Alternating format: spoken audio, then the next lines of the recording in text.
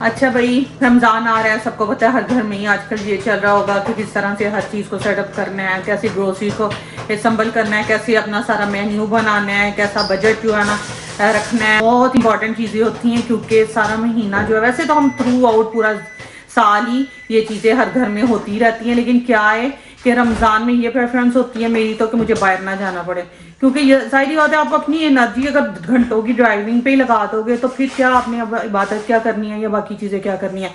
आज तो आपको मेरी आवाज़ से भी लग रहा होगा कि मैं कितनी टायर्ड हूँ। इस रमज़ान को प्रोडक्टिव बनाने के लिए कुछ चीज़ें मैंने अपनी रूटीन में ऐड की, जिसकी वजह से मेरी रूटीन बहुत ऑर्गेनाइज रही है इस रमज़ान में। पहले मैंने नबी पाक सल्लल्लाहु अलैहि वसल्लम की ज़िंदगी को रीड किया कि वो क्या करते थे, क्या खाते थे, किन चीज़ों से उन्होंने मना किया है। फिर मैंने उसके अकॉर्डिंग मेन्यू बनाया। कुछ आपके साथ सेहत के हवाले से रूटीन शेयर करूँगी, टिप्स शेयर करूँगी, ताकि आपको आइडिया हो कि आपने सहरी और अफ्तारी में क्या खाना है।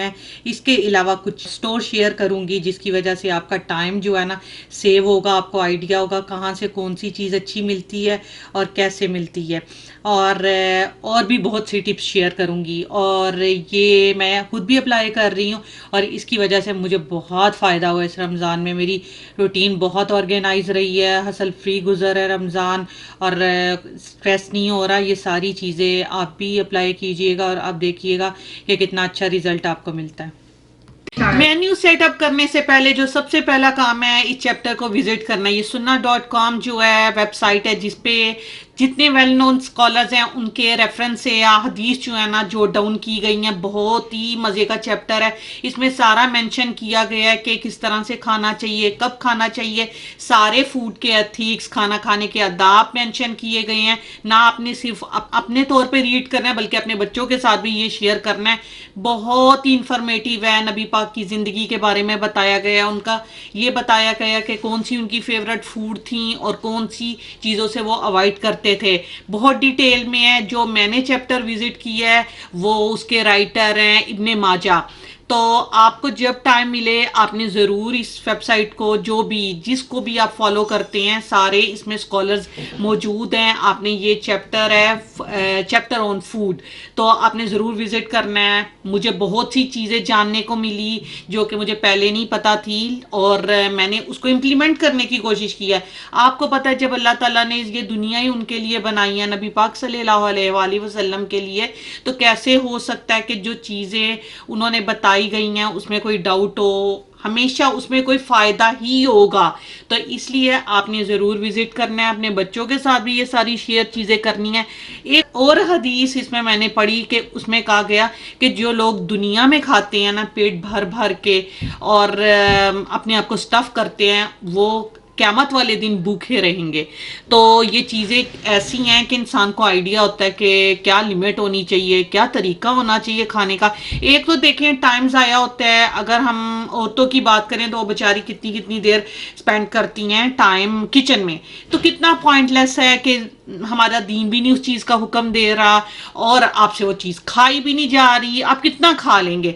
तो उस लिहाज से आपको वो चीज़ें फॉलो करनी है जो कि हमारे दीन में हो। अफ्तारी का क्या पर्पज़ है, अल्लाह ताला की खुशनुदी, रमज़ान का क्या पर्पज़ है, अल्लाह ताला को राज़ी करना। इस चीज़ को आपने ज़रूर मद्देनज़र रखना। अभी भी एक अशरा बाकी है, आप ये चीज़ें ज़रूर अपनी ज़िंदगी में इंक्लूड कीजिएगा। मुझे तो बहुत फ़ायदा हुआ है। तो मैंने कहा आप, सही बात है, मेरी फैमिली है तो मैं आपके साथ भी हर चीज़ शेयर करूँ। उसके बाद मैंने मेन्यू रेडी किया।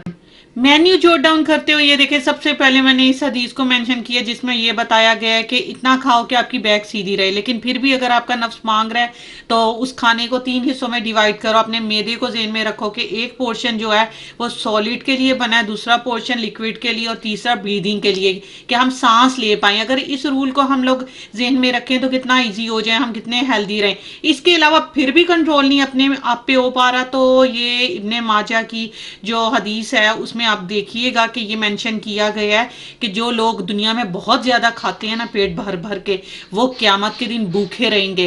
इस चीज को ज़हन में रख के तो खाया करें। तो जब आप ये खाएंगे ना इस तरह से, तो आप बहुत तरीके से खाएंगे, आई बिलीव, क्योंकि मैं ये अपने साथ चीज करती हूँ। मैंने क्यों ये जो डाउन की हुई है हदीस के, मेरे जहन में हम हमेशा रहे, मैं रिमाइंड ये मुझे करवाती रहे कि मुझे किस हिसाब से खाना है, किस तरीके से खाना है, क्योंकि सुन्नत पे अमल करने से जो फायदा फ़ायदा हमें होगा वो दुनियावी चीज़ों को करने से नहीं होगा। अक्सर आप एक्सपर्ट्स को अप्रोच करते हैं, उनसे पूछते हैं किस तरह से खाना चाहिए, क्या खाना चाहिए, तो प्लीज़ सुन्नत को विज़िट करें, बहुत मज़ा आता है, बहुत इन्फॉर्मेशन मिलती है, बहुत ज़िंदगी आसान हो जाती है, बहुत सिंप्लिसिटी है।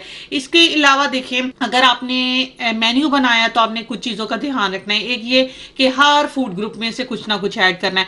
प्रोटीन, ये कार्बोहाइड्रेट्स और फैट, ये हमारे मैक्रोन्यूट्रिएंट्स हैं जो कि हमें ज़्यादा मिकदार में चाहिए होते हैं। ज़्यादा मिकदार से मुराद ये नहीं है कि इतना खा लें कि स्टफ़ कर लें, लेकिन इतना खाना चाहिए कि आपकी बॉडी की जितनी रिक्वायरमेंट है वो पूरी हो जाए, क्योंकि ये हमारी जिस्म को ना सिर्फ एनर्जी प्रोवाइड करती है बल्कि हमारे मसल्स और हमारी बोन जो है उसको बिल्ड करने में, रिपेयर करने में बहुत हेल्प करती है। प्रोटीन बेसिक कंपोनेंट है आपकी मसल बिल्डिंग में और जो बोन है उसकी बिल्डिंग में, तो ये आपने लेना है लेकिन मॉडरेशन में। इसके अलावा जो है फाइबर है, फाइबर बहुत ज़रूरी है, क्योंकि अगर हम अपनी गट हेल्थ की बात करते हैं तो हम इसको फाइबर को इग्नोर नहीं कर सकते। गट हेल्दी माइक्रोबायोम इस तरह से क्रिएट होता है कि आप फाइबर का इंटेक करें। फाइबर के साथ वाटर का ज़रूरी है।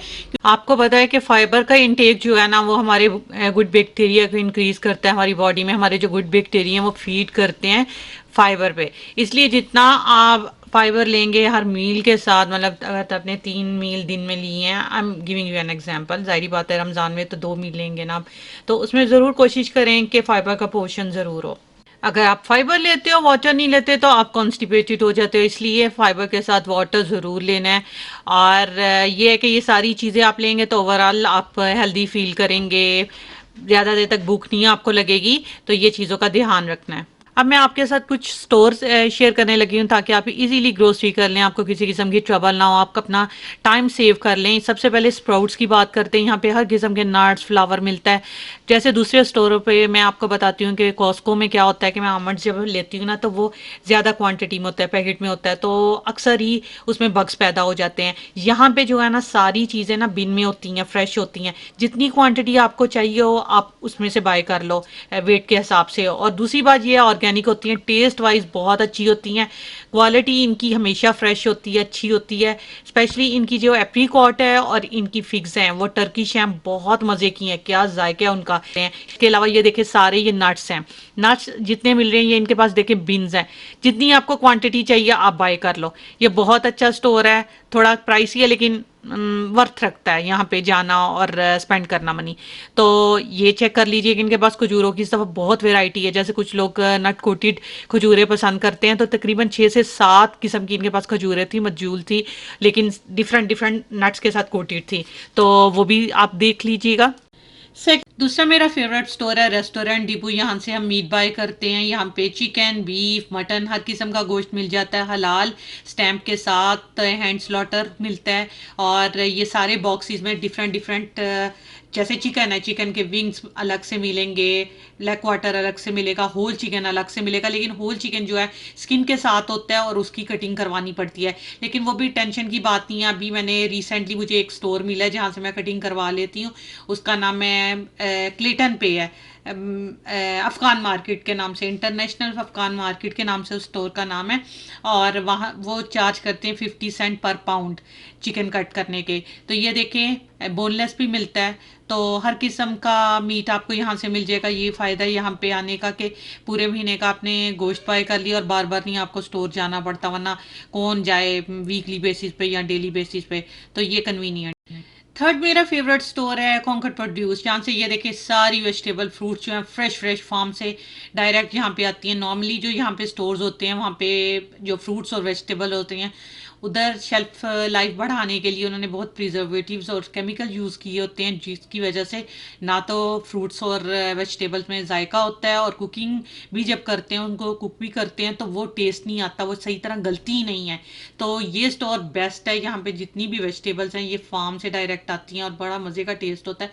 जैसे हमारे पाकिस्तान में चीज़ों का मज़े का टेस्ट होता है ना, फार्म जो फ्रेश वाली होती हैं वैसा होता है। तो यहाँ पे आप आके तो ये चीज़ें बाय कर सकते हैं। यहाँ से फ़िश भी मिलती है, फ़िश भी बिल्कुल ऐसे, अगर अब अच्छा फ़िश की हम बात करते हैं कि ओशन या फार्म की, मैं जो है ना फार्म की नहीं फ़िश लेती, मैं ओशन वाली लेती हूँ। ज़ाहिर बात है ओशन में हर तरह का फूड होता है। हाँ, मरकरी वाली ध्यान रख लीजिएगा कि वो वाली फ़िश ना लें जिसमें मरकरी जिस वाटर में ज़्यादा हो, तो ये आपको देखना पड़ता है।